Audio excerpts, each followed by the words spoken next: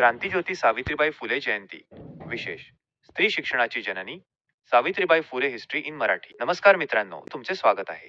3 जानेवारी हा दिवस आपण बालिका दिन आणि स्त्री शिक्षण दिन म्हणून साजरा करतो, कारण याच दिवशी महाराष्ट्राच्या मातीत एका महान क्रांतिकारिकेचा जन्म झाला, ज्यांनी प्रतिकूल परिस्थितीत स्त्रियांसाठी शिक्षणाची दारे उघडली.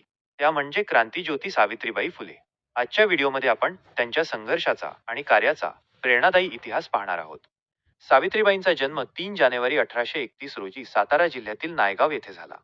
वयाच्या अवघ्या 9व्या वर्षी त्यांचा विवाह थोर समाजसुधारक महात्मा ज्योतिराव फुले यांच्याशी झाला. त्या काळी स्त्रियांना शिक्षण घेण्याची परवानगी नव्हती, पण ज्योतिबांनी सावित्रीबाईंना घरीच शिकवले आणि त्यांना पहिली महिला शिक्षिका बनवले. 1 जानेवारी 1848 रोजी पुणे येथील भिडेवाड्यात सावित्रीबाई आणि ज्योतिबांनी मुलींची पहिली शाळा सुरू केली. हे काम सोपे नव्हते. जेव्हा सावित्रीबाई शाळेत शिकवायला जायच्या, तेव्हा सनातनी लोक त्यांच्यावर शेण, दगड आणि चिखल फेकायचे. पण सावित्रीबाई डगमगल्या नाहीत. त्या आपल्या पिशवीत दुसरी साडी घेऊन जायच्या आणि शाळेत गेल्यावर ती बदलून मुलींना शिकवायच्या. त्यांचा हा त्याग आजच्या प्रत्येक शिकलेल्या स्त्रीच्या यशाचा पाया आहे. सावित्रीबाई केवळ शिक्षिका नव्हत्या, तर त्या एक थोर समाजसुधारक होत्या. त्यांनी बालविवाह, सतीप्रथा यांसारख्या अनिष्ट रूढींविरुद्ध आवाज उठवला. विधवांच्या केशवपणाला विरोध करण्यासाठी त्यांनी न्हाव्यांचा संप घडवून आणला. इतकेच नाही तर दुष्काळात आणि प्लेगच्या महामारीत त्यांनी लोकांची सेवा केली.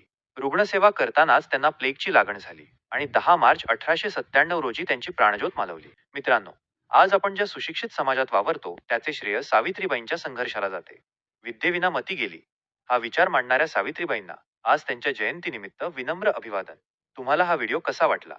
कमेंटमध्ये नक्की सांगा आणि अशाच ऐतिहासिक माहितीसाठी आपल्या चॅनलला सबस्क्राईब करा. धन्यवाद.